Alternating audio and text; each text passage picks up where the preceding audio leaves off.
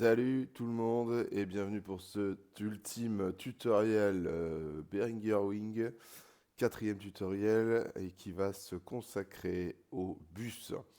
Alors les bus, enfin un bus c'est quoi? Concrètement on sait qu'on a des pistes avec lesquelles on va avoir une piste par instrument et donc un bus c'est tout simplement un ensemble de pistes. Voilà, c'est aussi con que ça. Par exemple, quand vous faites votre petit mix, que vous allez mettre plus ou moins de tout ça, eh bien, ce qui va sortir de votre console, que vous allez mettre dans votre diffusion, dans vos enceintes, eh bien, finalement, c'est un bus. C'est un bus même qui s'appelle le bus Master ou Main LR, comme on peut le voir ici. Donc en fait, vous avez toujours utilisé des bus sans même le savoir, voilà tout simplement.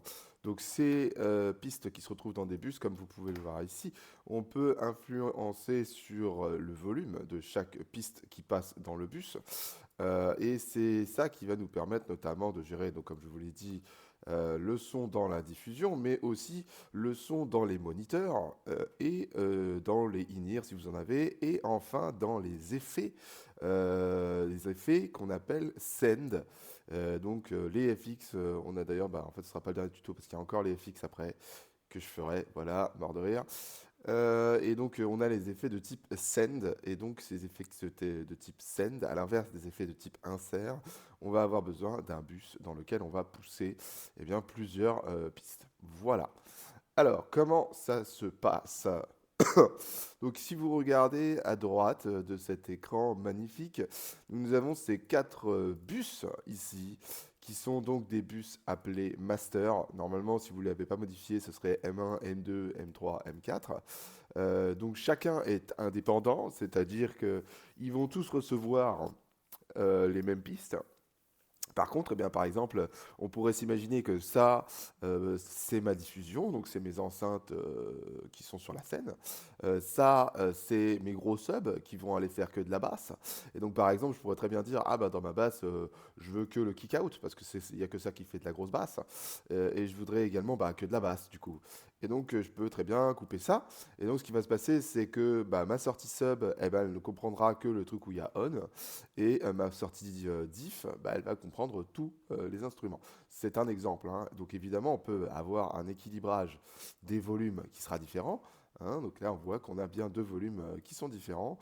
Vous êtes libre de faire ce que vous voulez et vous avez bien entendu pour chaque ici quand on sélectionne un bus, si vous regardez la tranche qui est à droite, vous avez un peu ce qu'on va retrouver d'habitude sur nos pistes, ces trucs home, machin, etc. Donc évidemment il n'y a pas 48 volts, etc. puisque ce sont des bus, c'est quelque chose de virtuel, un bus. Donc on a quand même une compression, par exemple, imaginons, enfin bref, je n'ai pas d'exemple là, mais vous avez compris le truc. Et vous avez surtout un equalizer. Ce qui peut être très intéressant, notamment pour les moniteurs. Si par exemple, j'ai mon moniteur jardin, c'est-à-dire mon retour bain de pied jardin, on a la jolie icône ici, les retours en général, on va pas trop avoir envie d'avoir beaucoup de basses fréquences sur les moniteurs, en particulier quand on n'est pas bassiste, et voilà, parce qu'en fait ça va faire du coup un son qui va être assez inintelligible. Et pour vous, si vous êtes à la guitare, aux vocals, au keyboard ou tout ce qui n'est pas la basse, ça va pas du tout vous plaire d'avoir énormément de basse. Donc c'est intéressant de pouvoir se dire, ah bah mon bus jardin uniquement, pas les autres, je vais pouvoir retirer, par exemple comme ça, en faisant un cut, je vais pouvoir retirer une quantité donnée de basse. Voilà. Et ce qui va vous faire du coup des moniteurs qui sont très agréables à écouter et très intelligibles. De la même façon, moi par exemple, j'ai les oreilles niquées parce que je suis un crétin de métallos et que j'ai pas fait assez attention. Du coup, c'est les fréquences très hautes qui vont me faire mal aux oreilles.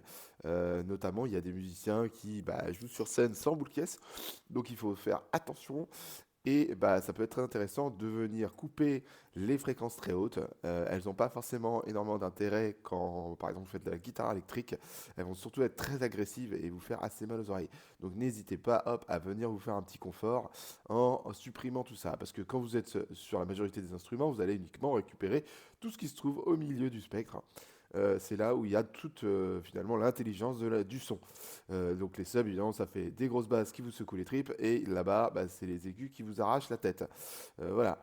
Donc ici, on est dans la zone confortable. Voilà. Donc comme je vous l'ai dit, on a 4 mains. Alors attention, ça c'est vraiment le piège de la Wing. Moi je me suis fait avoir 1 million de fois avec ça, surtout quand j'ai découvert la machine. Si vous voulez, alors j'essaye de réfléchir à comment je vais vous expliquer correctement. Il n'y a qu'un seul réel master, c'est lui. C'est celui qui est gris là, c'est celui qui est en dessous de bus Sens, il est ici. Ça veut dire quoi? Ça veut dire que tous les masters qui sont en dessous là, les 4, ils dépendent de lui. Lui, c'est le seul vrai master où vous allez mixer comme ça. Et ensuite, si je prends par exemple lui, il va dépendre de ce que j'ai fait ici. Mais l'inverse n'est pas vrai. Si par exemple, là, je fais un on, enfin je coupe le on, sur ce master-là, il est toujours actif. Et du coup, bah, ce master-là où il y a le on, eh ben, ça va fonctionner. Alors, c'est pas très clair, je suis navré, mais en fait, le but du jeu, c'est quoi? C'est, si on se présente dans un cas concret, imaginons, vous êtes en concert, donc vous avez eu pareil, une diffusion, vous avez des subs, et vous avez des front fill. Alors, des front fill, c'est quoi? C'est des enceintes qu'on va mettre au milieu de la scène pour les gens qui sont vraiment tout devant, et qui du coup sont trop loin des enceintes, en fait. Ils sont trop au milieu, en fait, et du coup, les enceintes notamment de type point source, qui sont les enceintes sur poteau, hein, eh bien, elles vont pas bien attaquer les oreilles des mecs qui sont pile devant. Donc on met des petites enceintes qu'on appelle des front fill. Donc ça veut dire on a notre diffusion, on a nos subs et on a nos front fill. Et en fait, eh bien, nous ce qu'on peut vouloir, eh ben, c'est avoir le même mix finalement, le même master, voilà, avec plus ou moins de kick, plus ou moins de snare, plus ou moins de tom. Et donc on veut le même dans tous les 4. Au départ, attention, hein, bien sûr, on veut le même. En finalité, on n'aura pas le même, parce que c'est pas. Sinon, à quoi bon, hein? On pourrait tout mettre dans le bus, celui-là, là, et ça reviendrait au même. Non. Donc, ce qu'on veut, c'est avoir ce bus qui est le bus de référence master, et ensuite, on va pouvoir faire des ajustements pour chaque type de cas. Par exemple, on pourrait aussi voir une salle avec un balcon, et donc il y a des enceintes qui sont placées au balcon et des enceintes qui sont en bas sur la scène. Et donc c'est pour ça que c'est intéressant, vous voyez, d'avoir deux masters. C'est-à-dire que les enceintes qui vont être en haut, et ben par exemple, elles vont hériter donc du main LR, mais elles auront une config différente. Bah, par exemple, je vais vouloir retirer des basses, retirer n'importe quoi, en utilisant bien sûr l'équaliseur. Sachant que toutes les enceintes ont une signature sonore différente, et si vous voulez avoir un son qui est un petit peu près homogène, et ben, une fois que vous allez être un peu en confiance avec votre équipement, et ben, vous allez potentiellement faire des tests pour un petit peu ajuster. Par exemple, ah oui, ces enceintes-là, elles sont un peu rincées, alors je vais booster un peu les aigus, et inversement, bah, les enceintes qui sont toutes neuves, elles, je vais baisser un peu les aigus parce que bah, elles sont nickel. Comme ça, le résultat des deux enceintes sera quelque chose d'un peu homogène. Vous voyez ce que je veux dire? Donc après, globalement, dans les concerts que vous allez faire, à mon avis, vous n'allez pas. Peut-être vous allez avoir des subs si vous êtes un peu chaud, mais en gros, vous allez avoir besoin que d'un master, hein. Vous allez avoir besoin de celui-ci, le premier, le M1, que j'ai appelé Baptiste LR. Donc voilà, donc en gros, je mixe là, et en fait, d'ailleurs, si vous n'utilisez qu'un master, juste ne vous prenez pas la tête. Vous réinitialisez tout, ici, là. Voilà, c'est un peu long, hein. Normalement, en double-cliquant, c'est censé mettre à zéro. C'est bizarre, ça le fait pas. Alors du coup, clic droit pour avoir la valeur exacte et 0. Donc voilà, vous mettez tout ici à 0, vous mettez tout en on, même les pistes que vous n'utilisez pas, sauf, attention, les retours, hein, parce que vous ne voulez pas avoir de retour dans votre diffusion, on est d'accord. Et donc, vous ne mixez que ici. Et donc, en fait, vu que tout est à 0 sur le master 1, eh bien, il n'y a que ça qui va influencer vos changements. Voilà, je sais que c'est pas évident, mais vous finirez par comprendre, j'ose espérer. Alors, donc ensuite, qu'est-ce qu'on a d'autre comme bus? Alors, on a les matrices, mais ça, c'est autre chose, on n'en parlera pas, je pense. Franchement, vous vous emmerdez pas, je vous explique juste que les matrices, on a compris que les bus, c'était un ensemble de pistes, et bien une matrice, c'est un ensemble de bus. Donc, c'est vraiment quand on va tout mélanger d'un coup pour ça. Et les matrices à la base, eh ben, ça servait à faire ce que vous faisiez là. Je ne sais pas pourquoi ça a un peu changé, mais concrètement, ça permet d'appliquer ben, un equalizer machin, une sortie, assigner une matrice à une sortie pour différents types de diffusion. Mais bon, vous emmerdez pas avec ça. Franchement, avec les 4 masters que vous avez là, vous serez clairement largement, vous n'aurez pas besoin des matrices, à mon avis. Si vous voulez, je vous ferai un tuto dédié à ça. Donc, maintenant, nos retours bain de pied. Donc les enceintes qui sont par terre pour les musiciens. Donc on va les contrôler avec des bus, de la même manière qu'on contrôle le master avec un bus, ici, notre main LR. Donc je les ai appelés comme ça. Normalement ici il y a écrit B1, B2, B3, B4, B5, B6. Donc sachant que évidemment vous pouvez renommer, hein, vous allez ici, pouf, vous faites un petit clic droit et vous pouvez modifier la petite icône, modifier les couleurs et mettre un petit nom surtout.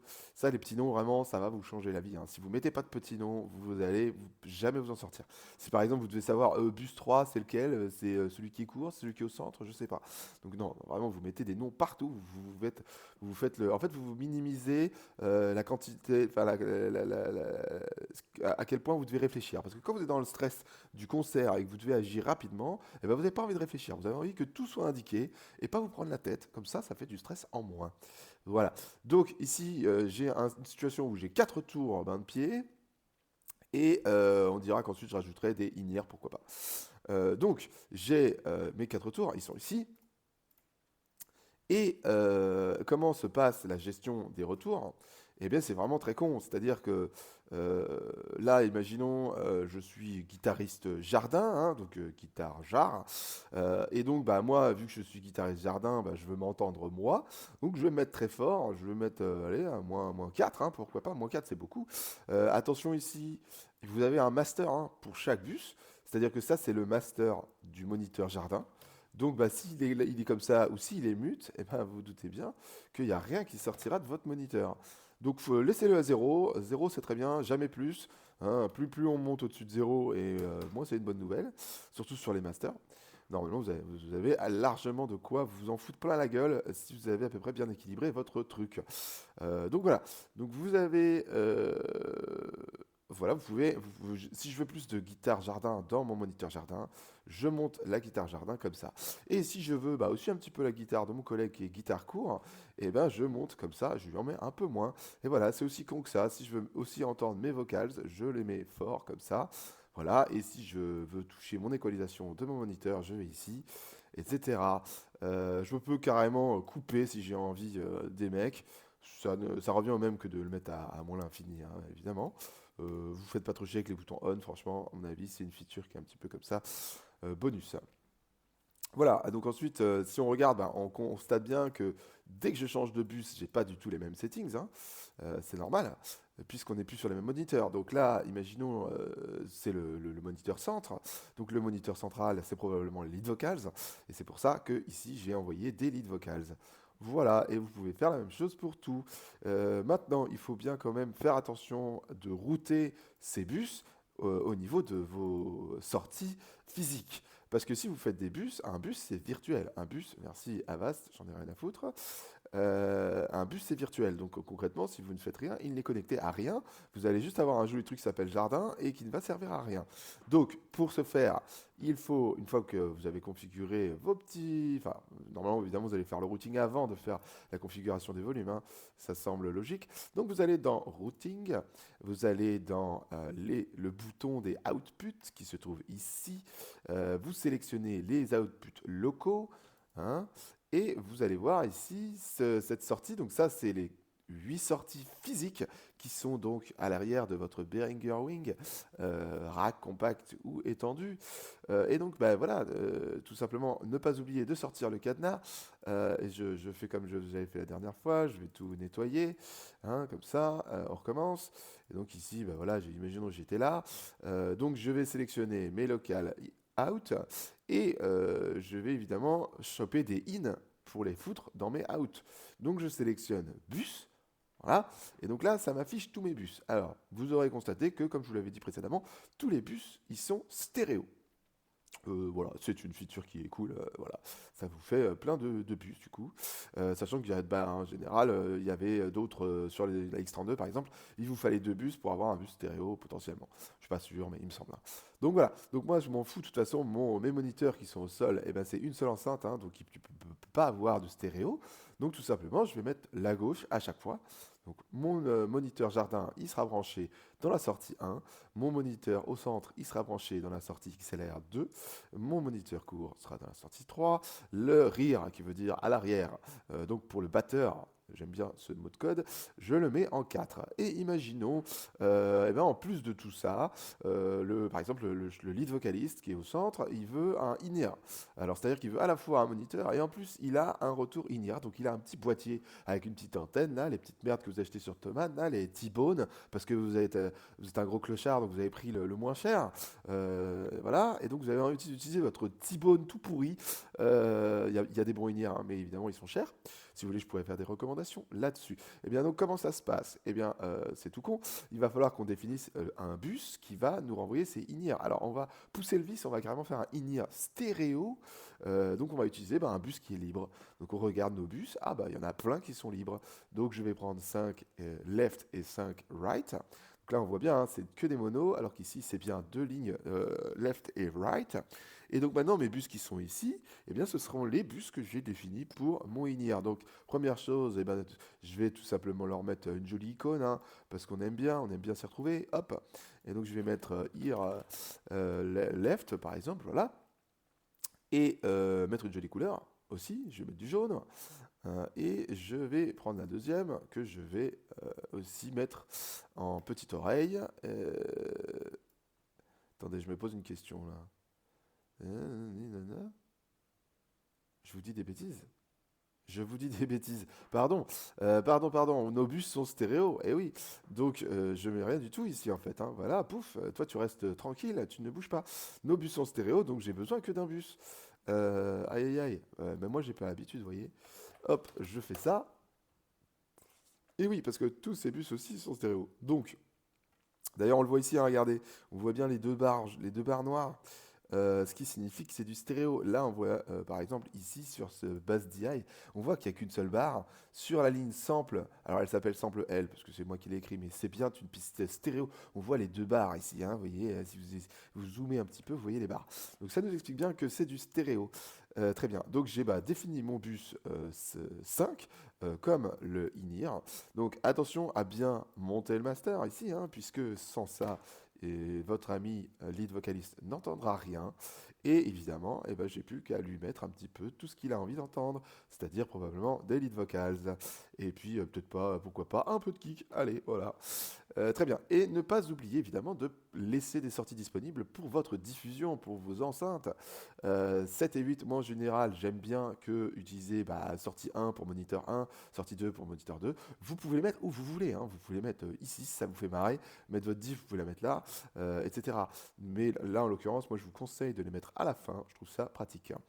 Donc vous sélectionnez un de vos masters, évidemment le même master quand même si vous faites pour la stéréo. Et voilà, donc imaginons, donc ça c'est notre configuration la plus simple. Imaginons qu'on a des subs maintenant. Ou alors que par exemple vous voulez probablement enregistrer quelque chose sur votre clé USB. Ça pourrait être intéressant. Eh bien, dans ce cas, alors pour la clé USB, je suis pas sûr. En vrai, je vais pas vous parler de la clé USB parce que j'ai pas encore testé moi-même, donc je peux pas vraiment vous dire. Faudrait que j'essaye. Par contre, pour ce qui est des subs, si vous en avez, eh bien, ça fonctionne pareil puisque ce sont tous des bus, hein, vous voyez, si vous avez suivi. Donc, par contre, il faut chercher des lignes qui sont libres. Donc là, très bien, il va falloir faire des compromis puisque vous voyez bien là que toutes mes sorties physiques, elles sont occupées. Donc, très bien, pas de problème. Eh monsieur le lead vocaliste, vous n'allez pas faire chier et vous allez vous sacrifier pour le plaisir des subs. Et voilà, et donc j'ai libéré deux lignes et je sélectionne donc dans Main mon master sub. D'ailleurs, je ne savais pas du tout, parce que les subs, c'est un mono, hein, en général, même tout le temps, je suis à peu près sûr que tout le temps, on n'aura jamais besoin de sub en stéréo. Donc ça laissera une ligne que je peux pas, pareil, pourquoi pas réutiliser pour le INIR du monsieur. Donc si on veut être un peu logique d'ailleurs, on va plutôt mettre le INIR ici et on va aller venir mettre notre, comment dire, main ici, notre sub ici. Voilà. Et donc là, on a une configuration avec tous nos moniteurs, avec un INIR mono à présent, hein. Par contre, c'est toujours pareil. Notre bus, il s'en fout, hein, il est stéréo, mais il peut envoyer aussi bien en mono qu'en stéréo, c'est pas un problème. Et on a un bus, enfin, alors on a une sortie physique numéro 6 dans laquelle on va venir brancher nos amplis de sub et les sorties 7 et 8 qui vont recevoir la diffusion. Voilà les amis, n'oubliez pas ce bouton main LR qui est bien caché, hein. Il ne faut pas oublier de toujours revenir là et surtout quand vous voyez des boutons on, il ne faut pas toucher. Laissez comme c'est, laissez-les tous à fond. Là pour ma démo j'ai fait des modifs mais laissez tout à fond vous n'utilisez que ce main LR pour faire votre mix. Voilà. Alors, ah oui, avant de partir, ouais, j'allais vous laisser, mais il y a aussi ce qu'on appelle les bus donc à effet. Les bus d'effet. Donc c'est pareil, hein, on envoie du volume en fait, hein, on envoie du volume comme ça. C'est-à-dire à quoi ça sert les bus d'effet? Eh bien par exemple, vous avez envie de mettre de la reverb sur vos vocals. Bah, c'est très bien en plus, hein, la reverb plate sur les vocals, c'est magnifique, c'est génial. Sauf que vous n'avez pas forcément envie de faire un milliard de channels FX. Vous avez envie de les contrôler avec un seul channel FX, avec une seule configuration de plate. Donc bah, vous allez créer un petit bus que vous allez renommer en vocal plate. Alors V, un vocal plate et D, drum plate. J'aime bien avoir deux reverb plates différentes parce qu'elles vont avoir évidemment des configurations différentes. Et donc là, on peut regarder ben, que moi, j'ai bien fait mon travail. J'ai envoyé tous mes vocals. Je leur ai envoyé un petit -5, un gros -5. Hein. -5, c'est beaucoup. Donc j'ai envoyé -5 dB dans mon channel vocal plate. Ce même channel vocal plate, il a en fait un FX en insert qui est évidemment une plate reverb. Et donc en fait, ça veut dire que tous mes vocals qui sont dans le master, ici, eh bien, elles vont sortir à la fois en dry, c'est-à-dire sans effet, et elles vont aussi sortir avec cet effet. Voilà. Et donc, plus vous allez monter ce volume-là, et moins vous allez avoir de signal dry, hein. Et alors, maintenant, il y a une dernière nuance à savoir, c'est que vous pouvez avoir des effets, alors quand vous faites des scènes comme ça, vous pouvez soit avoir un effet post-fader, ou un effet pré-fader. C'est une nuance qui est essentielle, même si elle est un peu compliquée. Concrètement, ça veut dire quoi? Ça veut dire que moi, par exemple, souvent, ma snare, elle est très très forte. Si je suis dans un petit club de moins de 200 personnes, ma snare, en fait, j'ai même pas envie de l'amplifier. Elle fait déjà tellement de bruit que j'ai pas besoin de l'amplifier. Par contre, j'ai envie de mettre de la plate parce que ça vous fait un espèce de un effet de duration, un effet de sustain sur la snare qui est absolument mortel, surtout dans le métal, quand ça joue sur des riffs un peu lents, ça fait vraiment un effet explosif, super impressionnant. Sauf que bah, moi, du coup, ce que je veux, c'est je veux pouvoir avoir cet FX, mais je ne veux pas avoir le volume dry, je veux pas amplifier encore plus ma snare. Tout ce que je veux, c'est avoir ce sustain à la fin qui est la plate. Donc c'est pour ça que j'ai une reverb drum plate. Et donc ce que je fais dans ce cas-là, c'est qu'il va me falloir du pré-fader au lieu de post-fader. Donc c'est-à-dire qu'il faut que j'aille ici, que je me rende dans les sends. Alors je vous avais dit, n'utilisez pas ce truc. Bon évidemment, j'étais un peu excessif, hein. Bien sûr qu'il faut utiliser les trucs, il faut essayer, il faut bidouiller. Et en l'occurrence là, vous en avez besoin. Mais en fait, ce que vous voyez, c'est que cette page ici, qu'on peut voir par exemple si je regarde le bus 12, alors le bus 12 c'est qui? C'est la drum plate, voilà. Et donc si je prends ça et que je fais ça, vous voyez, c'est la même chose. Et c'est un milliard de fois plus simple de faire ce qu'on appelle du send on fader, c'est-à-dire cliquer votre bus, puis envoyer tous les instruments qui vous font plaisir, que d'à chaque fois, pour chaque piste, aller sélectionner cette interface, monter, changer, allez, on y va, etc. à votre bon usage, bien entendu, vous faites ce que vous voulez. Mais moi, clairement, le send-off fader, je trouve ça extrêmement pratique. Voilà, donc pour l'histoire de post ou pré-fader, reprenons, donc nous sommes sur la snare, voilà, et donc ici on a les noms, donc on veut la drum plate ici, et vous pouvez voir que, en l'occurrence, c'est déjà le cas, c'est alors... le pré-fader, ça se dit aussi tap. Tap, en fait, ça veut dire positionner le signal sonore à un endroit donné dans la chaîne de son. Votre chaîne de son, c'est ça. Vous voyez, vous avez l'entrée physique, les filtres low et high pass. Ensuite, vous avez la gate. Ensuite, vous avez l'équaliseur, la compression, le premier insert, donc le pré-fader, hein, comme on voit ici. Vous avez votre fader de volume. C'est pour ça qu'on parle de pré ou post-fader. Et ensuite, vous avez votre post-fader qui est ici. Et ensuite, vous avez le fameux truc de width, de pan dont j'ai parlé dans une vidéo précédente. Et donc, si vous voulez envoyer en pré-fader, votre snare, vous allez donc mettre votre tap point avant votre fader, hein, donc ici, ou en 6 même, peut-être en 6. Est-ce que je le veux avant mon insert? Alors ça, c'est un insert qui serait... Oui, bon, on pourrait le mettre là. Donc en gros, vous le mettez à peu près ici, hein, 5 ou 6. Ça dépend si vous avez mis un insert aussi, hein. Donc vous pouvez, en fait, c'est ça qui est super puissant. Vous pouvez dire, j'envoie ma plate reverb avant qu'elle passe dans la compression ou avant qu'elle passe dans l'égalisation, avant qu'elle passe dans la gate, etc. Dans certains cas, ça peut être vraiment très très intéressant. Nous, en l'occurrence, ce qu'on veut, c'est vraiment la même chose. On veut qu'elle soit compressée, etc. Et donc qu'elle parte juste en pré-fader. Donc je sélectionne 5 et on voit qu'il y a écrit tap, donc c'est bon. Imaginons maintenant pour le cas des vocals. Les vocals, je les veux en post-fader. Qu'est-ce que ça veut dire? Ça veut dire, à l'inverse, que plus je vais bouger mon fader ici, et plus j'aurai plus ou moins de reverb qui va s'associer, en fait. C'est-à-dire que je vais fixer un niveau de reverb à -5, et bah, si je coupe tout, par exemple, et ben là, j'ai plus de reverb. Alors que ma snare, elle, que je fasse ça, j'aurai plus ou moins de signal dry, mais toujours autant de reverb. J'espère que vous avez pigé. C'est quand même un concept important. Donc là, post-fader, mon fader de volume va influencer progressivement sur ma reverb. Pré-fader, mon fader de volume n'a aucun impact ici. Uniquement celui-là qui va marcher, celui du bus en question. Voilà. Et donc pour changer, bah, si vous faites ça, vous allez ici, mode, vous avez tap et post.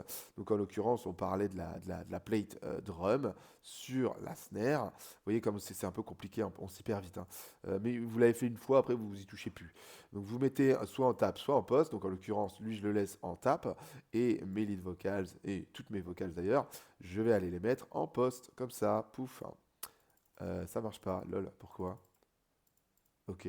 Bon, bah, c'est que c'est pas là qu'il faut aller, alors c'est ici. Il faut aller directement là et le mettre ici, là, pouf. Voilà. Et vous voyez, il y a tout qui est passé en tape.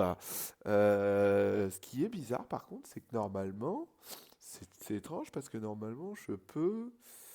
Bah, pour chaque bus, je devrais être capable de savoir si je l'envoie en post ou en pré-fader.